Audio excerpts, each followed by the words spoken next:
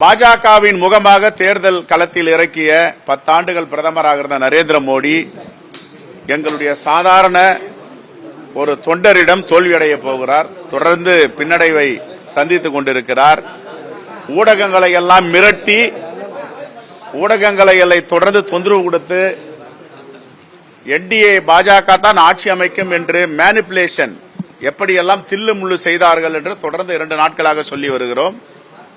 இந்த நாட்டில் 10 ஆண்டுகளாக ஜனநாயகம் இருந்ததா என்ற கேள்வியும் எழுகிறது.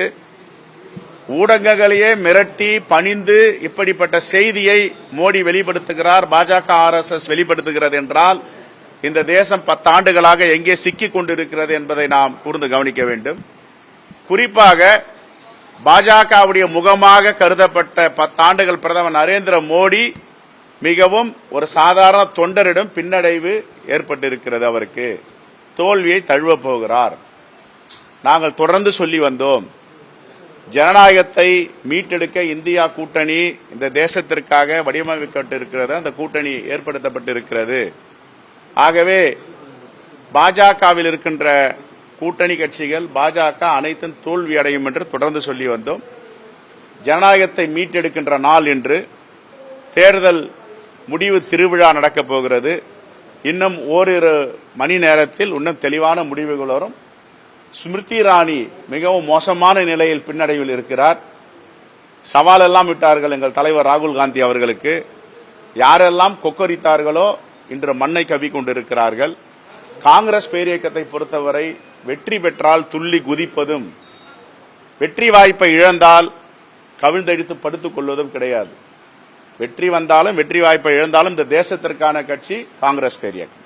சார், 2 சுற்றினுடைய முடிவை வச்சு மட்டுமே மோடி அவர்கள் தோல்வி அடைந்து விடாருன்னு சொல்ல முடியுமா? சார், மோடி என்பவர் அவங்க சொல்ற ஒரு பிம்பம் ஒரு சுற்றிலேயே தோல்வி அடையக்கூடாது.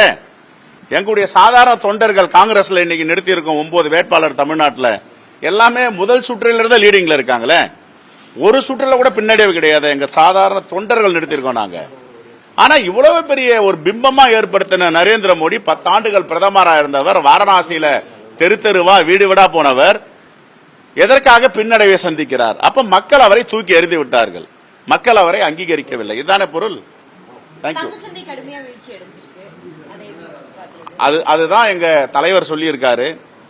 இந்த பங்கு சந்தையில் எதற்காக நேற்றைய தினம் 10,000 பாயிண்ட்டுக்கு மேல புள்ளிகள் ஏறினது, இன்னைக்கு அப்படியே 10,000 பாயிண்ட் கீழே இறங்கியிருக்கு. என்ன காரணம்? சரி, தேர்தல் முடிந்து 1ஆம் தேதி முடிஞ்சது. கவுண்டிங் என்னைக்கு நடந்திருக்கணும்? கவுண்டிங் ஒரு நாள் இடை விட்டு 2ஆம் தேதி நடந்திருக்கணும். ஏன் 2ஆம் தேதி கவுண்டிங் வைக்கல? பங்கு சந்தையில பாஜக மிகப்பெரிய ஊழலை நேற்று ஒரு தினம் பல லட்சம் கோடியை சம்பாதித்திருக்கிறது. லாங் ஷார்ட் என்று சொல்லுவார்கள். இவங்க ஷார்ட்ல போயிட்டு எல்லாம் பர்ச்சேஸ் பண்ணிட்டாங்க, மாலை வித்துட்டாங்க, இப்ப அகைன் வாங்க போறாங்க. 2 லாபம், ரெட்டிப்பு லாபம். எத்தனை லட்சம் கோடி பாஜகவுடைய தலைவர்கள் சம்பாதிக்க போறாங்கன்னு போக போக விசாரணையிலே தெரியும். செய்திகளை உடனுக்குடனும் துல்லியமாகவும் தெரிந்து கொள்ள சப்ஸ்கிரைப் பண்ணுங்க.